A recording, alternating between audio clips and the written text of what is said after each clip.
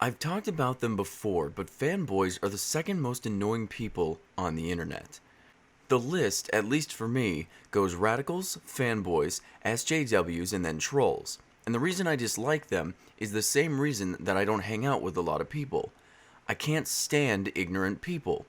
I can't talk to idiots because I don't like to be rude, but they force you into a situation where you have almost no other option but to agree and pretend to listen, or to tell them that they're wrong and start an argument. People who argue from an emotional standpoint are the worst. Emotions ruin objectivity, and people who claim that iPhones are the most superior phone on the market because they feel as though they are the people that I cannot stand. Now, I've never had an issue with someone who likes something. If you like Xbox, PlayStation, Apple, Alienware, I don't care. But the second you act like a brand fan and you tell me that everything Apple makes is superior to everything on the market, that's the point where you've bored me. I will walk away. I won't engage with you most of the time because I wish to leave you with as much respect as I possibly can and remove myself. You may notice that I use Apple a lot in my examples, and that's because Apple is the biggest shepherd in the world, and they have a lot of fanboys that belong to them, and it amazes me because of how inferior Apple products are. Now, I don't hate Apple, but I know when something's mediocre, and Apple has been the shining example of marketing low-spec products for insane amounts of money and calling them top-notch. I can't believe how effective it is, too. Anyone could look up phone specs and compare them. Anyone could realize that Apple is scamming their consumers, but Apple is one of the most successful businesses out there. And I'm astounded. Their marketing is amazing, and I'll give them props for that. I wish I was able to do that. I want to be able to open up a rock shop and spray paint rocks gold and tell people it's the most valuable stuff money can buy.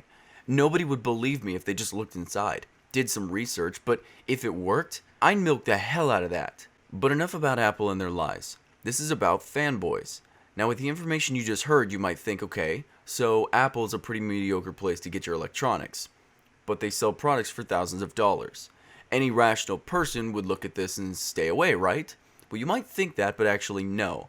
Fanboys will literally white knight like crazy, stating that the products are not inferior, but superior to anything else, saying that if you don't have Apple products, you're a low class, a poor class, and it's crazy because most of their products are peasant level quality that the rich seem to need.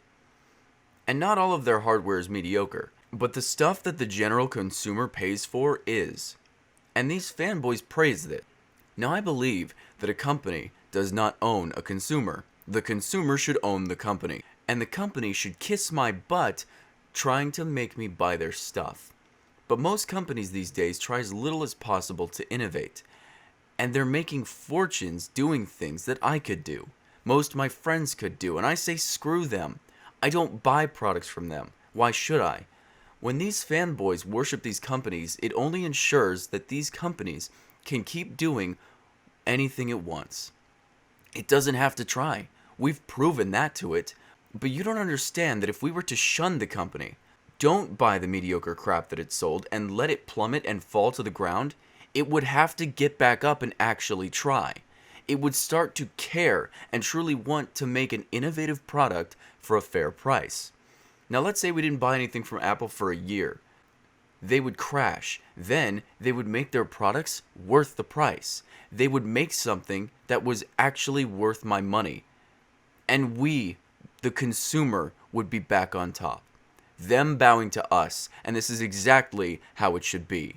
Fanboys have a problem, and they are a problem for all of us. They're keeping this kind of business alive, one that doesn't try, one that doesn't care, and they're making sure that they get all of our money. If you come to me and I sold you some of my fake gold and you realized it wasn't up to snuff, and you came and complained about it and I just sat back and said, well, why should I care about you? More than enough people buy my product. You mean nothing to me. Would you still come to me? Of course not. I'm a scammer. I don't care about you. But fanboys have insecurity and self-esteem issues that they can't face, so they find something to love. And for some reason, a lot of them choose businesses and corporations. But why? If someone came to me and said, hey, I noticed you have a Dodge Charger. Do you like it? I'm going to list the good and bad. Dodge is not a brand that I care about, and they better continue to impress me with their newer stuff. Same with my cell phone. I like the LG G4, but LG has a lot to work on, and if they don't, I'm not sticking around. I may sound like royalty, I may sound like I'm on a high horse, and that's good, because to these companies I should be.